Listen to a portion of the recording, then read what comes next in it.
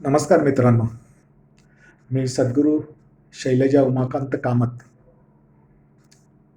शिक्षणतज्ञ, corporate trainer, राजकीय विश्लेषक, पत्रकार, लेखक आणि HR प्रोफेशनल म्हणून मी गेली 35 वर्ष महाराष्ट्रात कार्यरत आहे.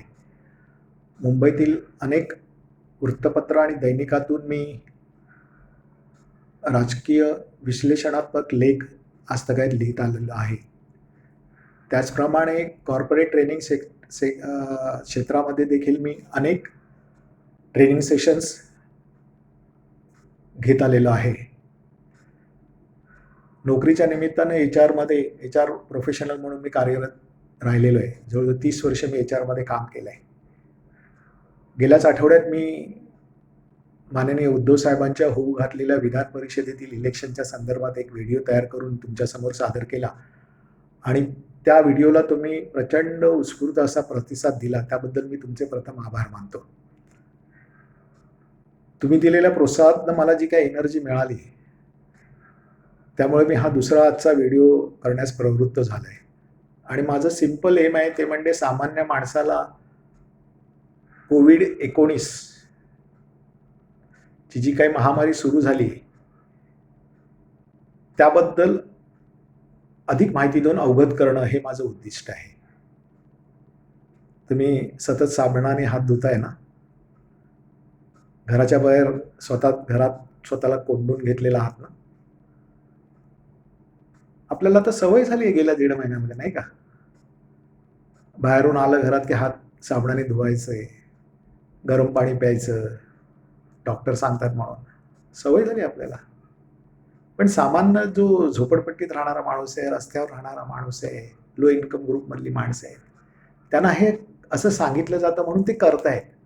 पण त्यांना माहिती नाही आहे हे कोविड काय प्रकरण आहे, ह्याचा आपल्यावर काय परिणाम होणार आहे, आपल्या वैयक्तिक लाईफवर काय परिणाम होणार आहे, आपल्या शहरावर, आपल्या प्रांतावर, आपल्या देशावर आणि जागतिक स्तरावर याचा काय परिणाम होणार याबद्दल तो अनाभिज्ञ आहे.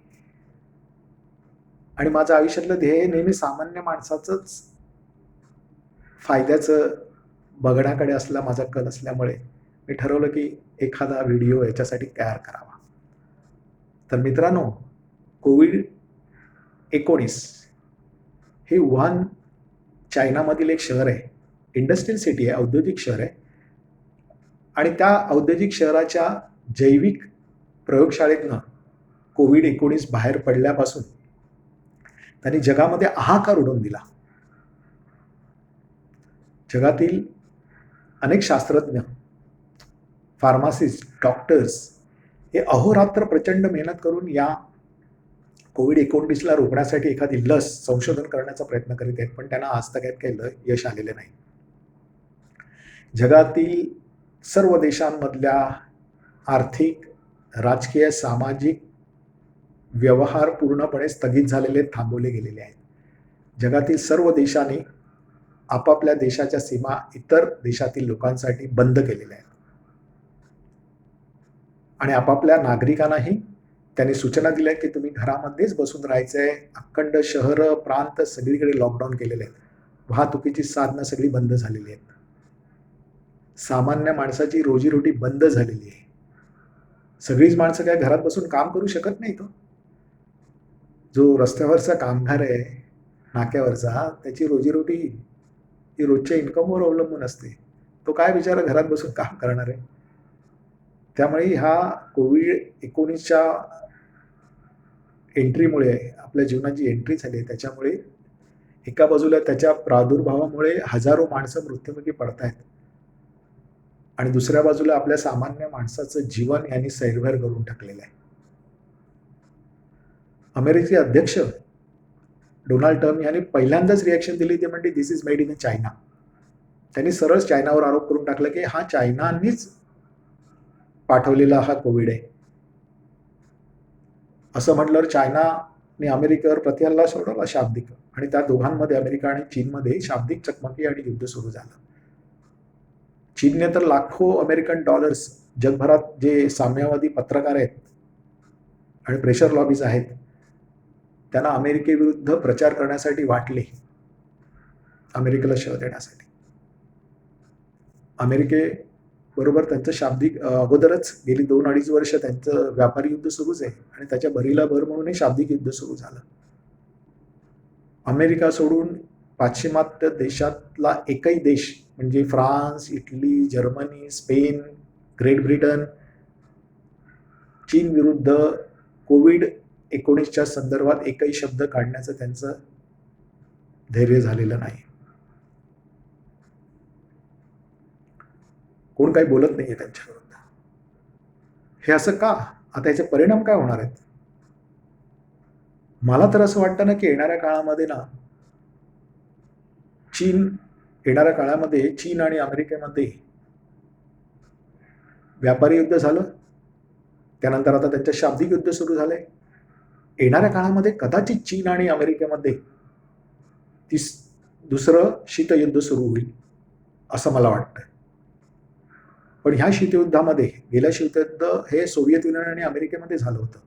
आताचं शीतयुद्धात सोव्हिएत युनियनची जागा चीन घेईल आणि या दोघांमध्ये शीतयुद्ध सुरू होईल आणि ह्याचे अखंड परिणाम जागतिक आर्थिक स्तरावर सगळ्यांना भोगावे लागतील. भारतही त्याला अपवाद राहणार नाही. भारतातही आपण लॉकडाऊन स्वीकारलेलंच आहे ना. जगात जे झालं ते आपण स्वीकारलं. त्यावेळेला देखील या दोघांच्या शीतयुद्धात जे काही घडेल त्याचे परिणाम भारतावर देखील नक्कीच होणार आहेत. पण अमेरिकेच्या दुर्दैवाने आणि चीनच्या सुदैवाने कदाचित मागच्या शीतयुद्धामध्ये जे पाश्चिमात्य देश जे मी आता नमूद केलेले हे देश कदाचित अमेरिकेबद्दल बरोबर असणार नाहीत अशी शक्यता वर्तवली जाते.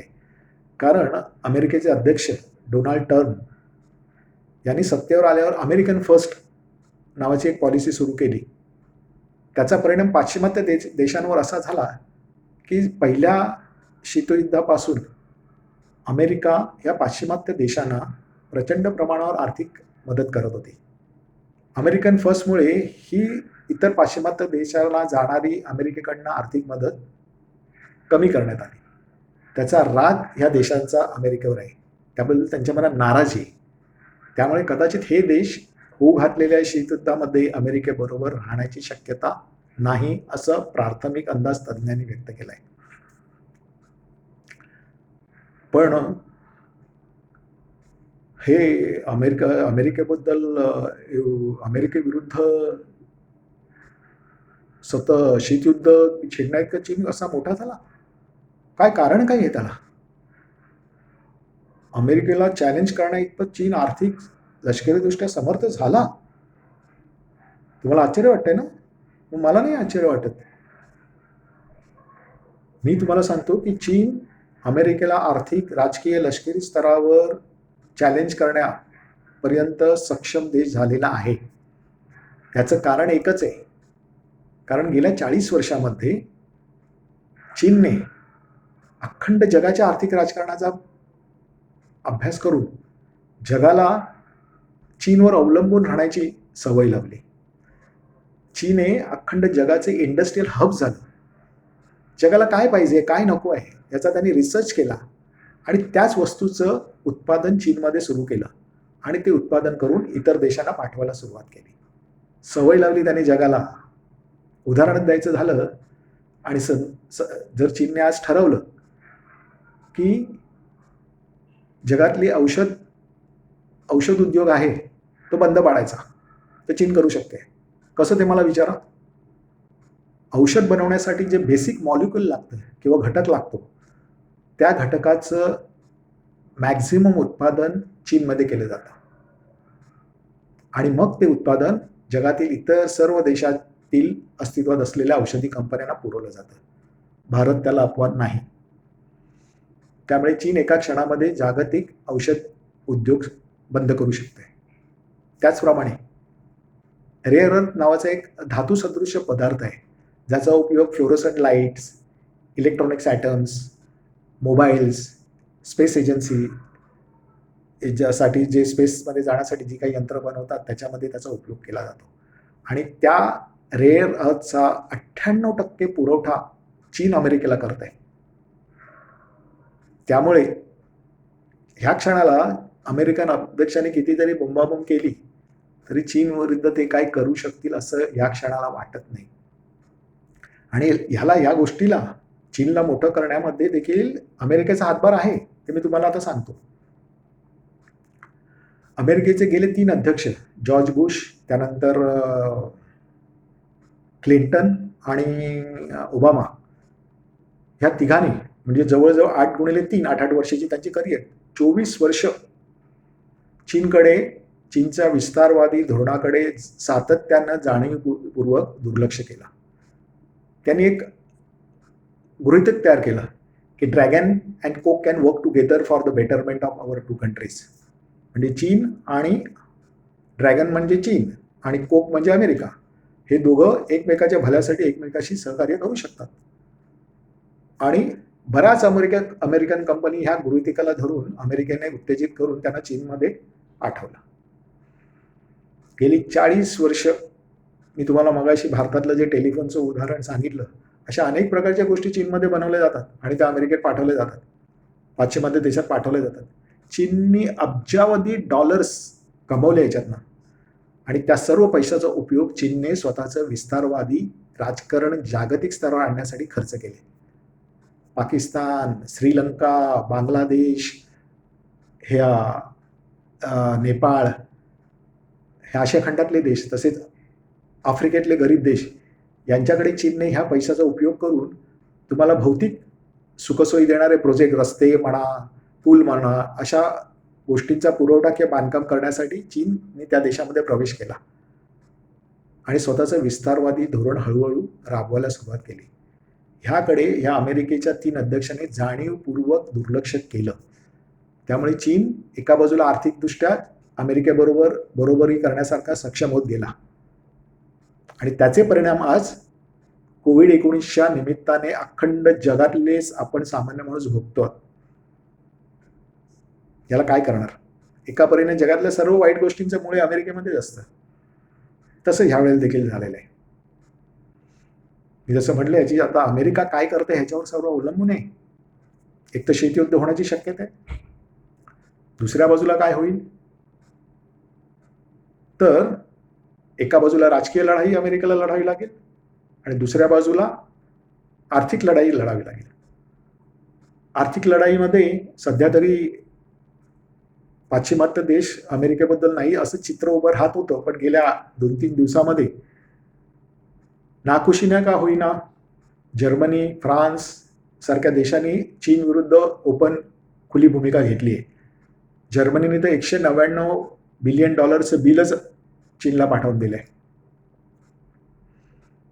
फ्रान्स पण तेच करत आहे, इटली पण तेच करेल येणाऱ्या काळामध्ये.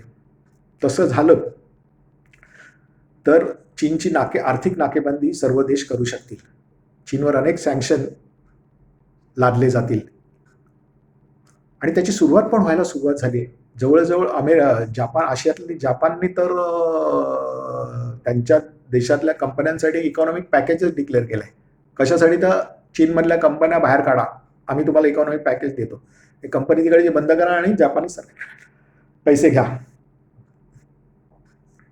1000 कंपन्या त्यापैकी भारतामध्ये यायला तयार आहेत.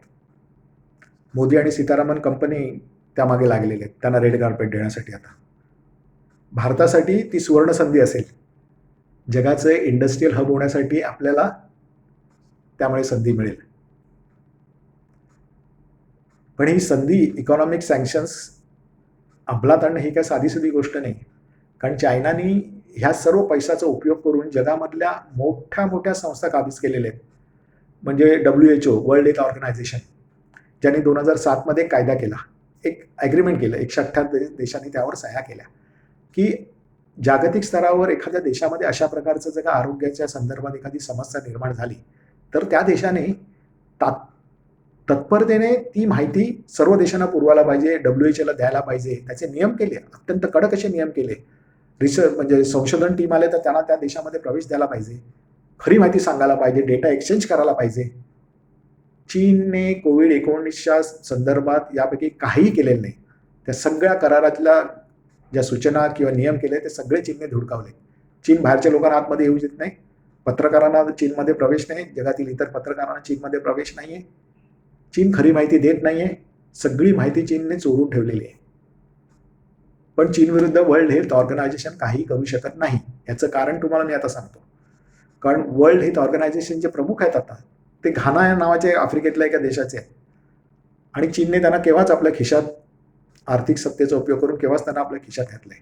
म्हणून ट्रम्प यांनी WHO वर पण टीका केलेली आहे. त्यामुळे चीनवर ऍक्शन घेणे एवढं जेवढं दिसतंय ना तेवढं सोपं नाहीये. पण त्याची सुरुवात मात्र झाली आहे. आणि तसं जर झालं तर चीनी अर्थव्यवस्था अमेरिकेबरोबर सुरू झालेल्या व्यापारी युद्धामुळे ऑलरेडी त्याला धक्का बसलेला आहे. कोविड-19चा त्यांना धक्का बसलेला आहे. आणि त्याच्यावर जर टॉप ऑफ इट जर आता जागतिक स्तरावर जर अनेक देशांनी चीनशी असहकार्य केलं, अनेक सँक्शन लादले, तर चीनचं आर्थिक क्षेत्रात खच्चीकरण व्हायला काय फारसा वेळ लागणार नाही. दुसऱ्या बाजूला चीनच्या अनेक कमीत कमी 7 प्रांतामध्ये अलगतावादी चळवळी आहेत. ते या निमित्ताने परत फोफावतील. कारण माओच्या काळात माओने जवळ 8 कोटी चीनी लोकांना मारलं होतं. त्या बाजूच्या छोट्या छोट्या प्रांतांना त्यांनी काबीज करताना 8 कोटी लोकांची कत्तल केली होती. तिकडे अलगतावादी चळवळी अजूनही जोम धरून आहेत. अधूनमधून त्यांचा उद्रेक होत असतो. CIA सारखी संघटना अमेरिकेची ह्याचा पुरेपूर फायदा आता उठवू शकते. आणि कोविडचं जर प्रकरण गाजलं, आर्थिक क्षेत्रामध्ये जर चीनची कुचंबणा झाली आणि CIAने जर ह्या अलगतावादी चळवळींना चीनमधल्या 7 प्रांतातील पाठपुरावा, आर्थिक पाठबळ दिलं, तर चीनचं काही खरं नाही. दुसऱ्या बाजूला काय होऊ शकतं, तर चीनी कम्युनिस्ट पार्टी आहे. चीन हा साम्यवादी देश आहे. तिथे हुकुमशाही आहे. एका पक्षाची हुकुमशाही आहे. चीनी कम्युनिस्ट पार्टी या पक्षाची ती हुकूमत आहे. डिक्टेटरशिप आहे. शासन पण त्यांचंच आहे. पण साम्यवादी देशांचा जागतिक इतिहास आपल्याला असं नेहमी सांगतो की कुठलीही साम्यवादी शासन व्यवस्था ही 70 वर्षापेक्षा अधिक काळ कुठेही चाललेली नाही. सोव्हिएत युनियन 70 वर्ष चाललं. चीनी शासन पद्धतीला आता 70 वर्ष पूर्ण होत आहे. चीनमधील चीनी कम्युनिस्ट पार्टीचे सदस्य, पदाधिकारी आणि चीनी लष्कर हे पाकिस्तानप्रमाणे टोटली पूर्णपणे भ्रष्टाचारात बुडालेले आहे. चीनचे अनेक लष्करी अधिकारी, चीनी कम्युनिस्ट पार्टीचे पदाधिकारी हे अनेक थिएटर्स आणि मॉलचे मालक आहेत. चीनचे सध्याचे उपाध्यक्ष, जे पूर्वी चीनच्या लाचलुचपत विरोधी समितीचे अध्यक्ष होते, की सुंग म्हणून, ते गेली 5 वर्ष अध्यक्ष ली पिंग यांच्या विरुद्ध सातत्याने चीनी कम्युनिस्ट पार्टी पॉलिट ब्युरोमध्ये, स्थायी समितीमध्ये ली पिंग यांच्या विरुद्ध याबद्दल बोलत आहेत. आणि आता त्यांना चांगला पाठिंबा मिळायला लागलेला आहे. आणि त्यातच भरीला भर म्हणून एक कोविडचं प्रकरण आलं. अमेरिकेबरोबरच्या युद्धामध्ये चीनच्या अर्थव्यवस्थेला धक्का बसला. जगात जी चीन विरुद्धची चळवळ आता सुरू झाली, ती सावरण्यात देखील ली पिंग यांना तितकंसं काही यश प्राप्त झालेलं नाही. आणि कोविड महामारी जी सुरू झाली ती रोखण्यामध्ये किंवा चीनमधील भ्रष्टाचार रोखण्यामध्ये त्यांना आलेलं अपयश, या पार्श्वभूमीवर जर अमेरिकेबद्दल नाखुशीने पण का होईना हे पाश्चिमात्य देश जर अमेरिकेच्या जोडीला आले आणि त्या सर्वांनी मिळून जर चीनवर आर्थिक निर्बंध लादले आणि ते एक्झिक्यूट केले, अंमलात आणले. दुसऱ्या बाजूला अमेरिकेच्या CIA एजन्सीने चीनमधील लष्कर त्यांच्या विविध पातळीवर आणि चीनी कम्युनिस्ट पक्षामधील पदाधिकारी यांच्या भ्रष्टाचाराचा फायदा उठवून शासन आणि चीनी कम्युनिस्ट पक्ष आणि लष्कर जे खिळखिळ करायला सुरुवात केलं, तर अध्यक्ष ली पिंग यांना कदाचित येणाऱ्या काळामध्ये पायउतार व्हावं लागेल अशी शक्यता तज्ज्ञांनी वर्तवली आहे. आणि ते झालं तर मात्र जागतिक इतिहासानुसार साम्यवादी चळवळ 70 वर्षापर्यंत तग धरू शकत नाही. हे जे गृहीतक आहे, हे चीनच्या बाबतीत देखील सत्यात उतरण्याची शक्यता आहे. पण मी मगाशी वर म्हटल्याप्रमाणे चीन म्हणजे काय पाकिस्तान नाही आहे. चीन म्हणजे चीन आहे. आपण पुराणात वाचतो ना की पुराण काळात ते राक्षस असायचे. हा जागतिक स्तरावरचा राक्षस आहे. आधुनिक काळातला चीन म्हणजे राक्षस आहे, अत्यंत राक्षस आहे. तिथे मानवतेला काही महत्व नाही, माणुसकीला काही महत्व नाही, माणसाच्या जीवनाला काही महत्व नाहीये. पण अमेरिकेसारखे देश, पाश्चिमात्य जे आहेत त्या देशामध्ये लोकशाही आहे. तिकडचे राजकीय नेते हे लोकांच्या भावनांना बांधिलेत आणि तिकडे जन्मत चायनाविरुद्ध ॲक्शन घ्या या मताचं आहे. त्याचा त्यांना मान राखावाच लागणार आहे. त्यामुळे येणाऱ्या काळामध्ये एका बाजूला CIA हाताशी धरून चीनमधील चीनी कम्युनिस्ट पार्टी, लष्कर यामधील असलेला भ्रष्टाचाराचा फायदा उठवून चीन शासन आणि चीनी कम्युनिस्ट पार्टी खिळखिळी करण्याचं राजकारण, आणि दुसऱ्या बाजूला पाश्चिमात्य देशाने एकत्र येऊन चीनवर लागलेले होऊ घातलेले निर्बंध, आर्थिक निर्बंध जर अंमलात आणले तर चीनी कम्युनिस्ट पक्ष आणि चीनी कम्युनिस्ट सरकार उद्ध्वस्त होऊन चीनमध्ये 7 प्रांतामध्ये सुरू असलेली अलगतावादी चळवळीतनं 7 नवीन देश तयार होण्याला फारसा वेळ लागणार नाही. भारतासाठी ती एक मोठी सुवर्णसंधी असेल. जागतिक इंडस्ट्रियल हब बनण्यासाठी आपल्याला फार मोठी संधी त्यामुळे प्राप्त होईल. म्हणजे एका अर्थाने जग नष्ट करण्यासाठी, जगाची लोकसंख्या वेस्टर्न कंट्रीजना सतवण्यासाठी जर चीनने तो COVID-19 हा काय संसर्गजन्य जे काय तयार केलंय ते जर चीनच्या वुहान येथील जैविक प्रयोगशाळेतनं जर खरोखर मानवनिर्मित असेल तर तो जीवाणू चिनी ड्रॅगनचा बळी घेतल्याशिवाय राहणार नाही. सत्य काय ते बाहेर येईलच. अमेरिका तर रिसर्च टीम तिथे पाठवण्याच्या बेतात आहे. त्यांच्या चौकशीतनं हे सगळ्या गोष्टी बाहेर येतील. पण जगाच्या जीवावर उठलेला COVID-19 चीनने तयार केलेला हे जर असेल तो आता कोविड चीनच्या जीवावर उठल्याशिवाय राहणार नाही, एवढं मात्र खरं आहे. तुम्हाला कसं वाटलं मी काय सांगितलं याच्या प्रतिक्रियात माझा व्हिडिओ लाईक करून करा. आणि येणाऱ्या काळामध्ये कोविड, भारत आणि चीन याच्याबद्दलचा मी व्हिडिओ पुढच्या 4-5 दिवसामध्ये तुमच्यापुढे घेऊन येणार आहे. त्या कोविडचं भारतात कसं राजकारण सुरू आहे, केंद्र सरकार राज्य सरकारांविरुद्ध कसं काय करत आहे, हे सगळी माहिती घेऊन मी पुढच्या 2-3 दिवसात तुमच्यापुढे येणार आहे. तोपर्यंत तुम्ही घरातच राहायचं आहे, लक्षात ठेवा. दिवसातनं 2-3 वेळा गरम पाणी प्यायचंच आहे. हात पाय साबण लावून धुवायचे हे विसरू नका. Take care.